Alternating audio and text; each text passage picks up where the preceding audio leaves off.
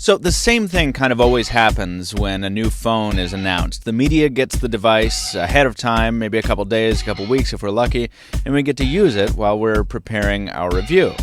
Then the date and time of the press embargo arrives, the embargo lifts, everybody posts their review at once, and it is a giant, big frenzy of activity. There's commenters going nuts and defenders and attackers, and it's just a huge explosion for about a day. And then everything disappears. I mean, sure, there's follow-up coverage and stuff as people find bugs, people have other stuff to say about the devices, they wear them in over the course of a day or so, but really, nobody ever goes back and revisits these devices after that initial blast of review to see how they feel after a couple weeks. So let's do something about it. Let's take a look at another device, a tablet this time, whose day as the media darling has come and gone. I'm Michael Fisher with Pocketnow.com. This is the Google Nexus 7. And this is episode 6 of After the Buzz.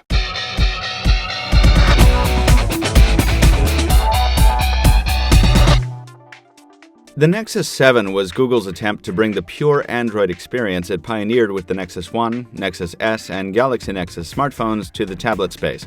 Released in July 2012, it's a small 7-inch tablet built by ASUS, powered by the quad-core Tegra 3 processor, running a stock build of Android 4.1.1 Jelly Bean.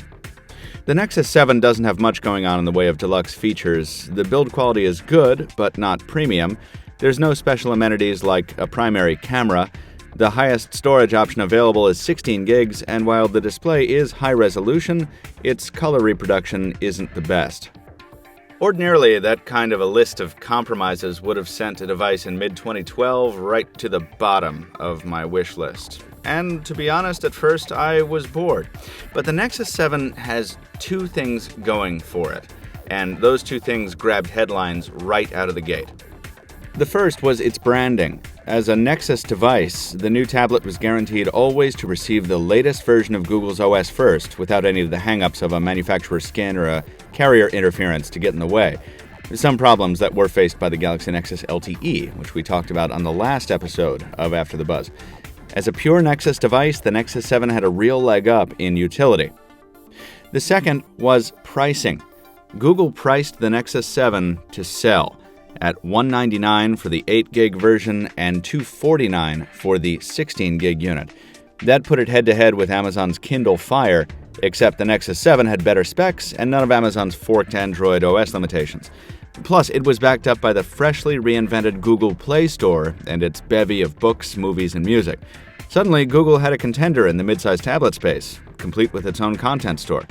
Frankly, I still didn't care. The device still seemed like too big a compromise to me. In fact, it wasn't until I got my hands on one that things started changing, but then they changed quickly. The first big standout for me was hardware. This isn't the thinnest device around, or the lightest, but it's perfectly sized for my exceedingly average hands. Plus, its 340 grams keep it from feeling too cheap or chintzy, but also make it much more portable than my 660-gram 2012 edition Verizon iPad. The Nexus 7 can fit in an upper pocket, but that's a little absurd. Less absurd, if you're into cargo pants like it's still 1997, is cargo pocket carrying. Of course, carrying it in a bag makes more sense than any of these options, and it's perfect for that. That's true even if you don't want to invest in a case. I hate cases, and I never buy them. As a result, I have to gingerly treat my easily scratchable iPad's metal case with kid gloves.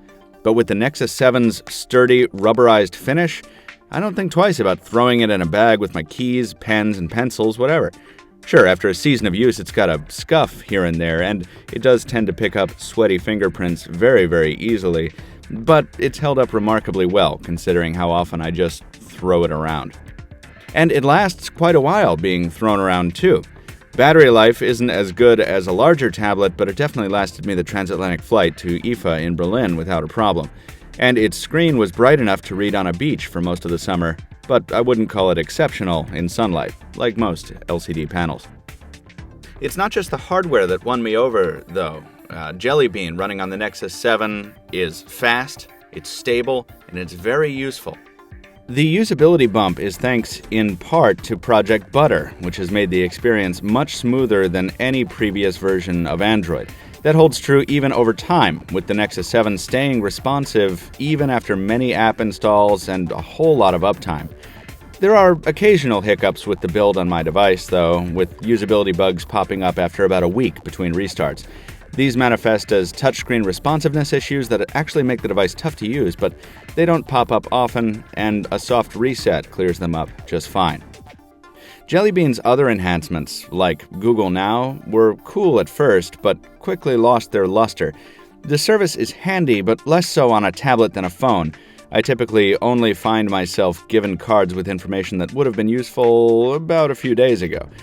But Jelly Bean's new voice dictation continues to come in handy quite often, and the OS's slick responsiveness is a real breath of fresh air, especially when you consider it didn't sacrifice customizability to get it.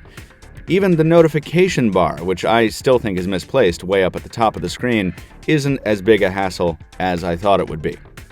Taken together, all the raw utility and stability of the software, coupled with the portability and sturdiness of the hardware, have made the Nexus 7 one of the bigger surprises of my 2012.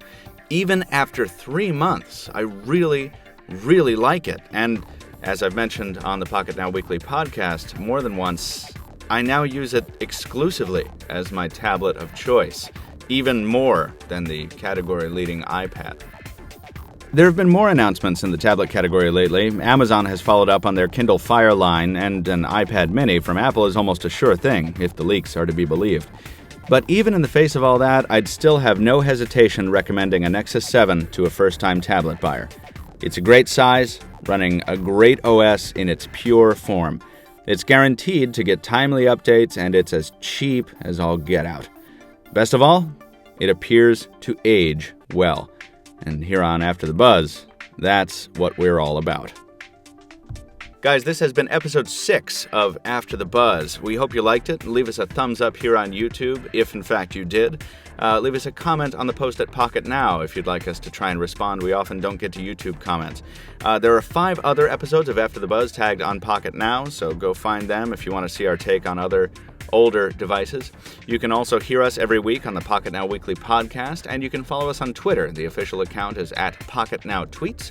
My account is at Captain2Phones. That's Captain, the number 2, phones. And you can find us, of course, on Facebook and Google+. Just search Pocketnow in those venues. Stay tuned for future episodes of After the Buzz. They are coming soon. Thank you for watching again, and we will see you next time.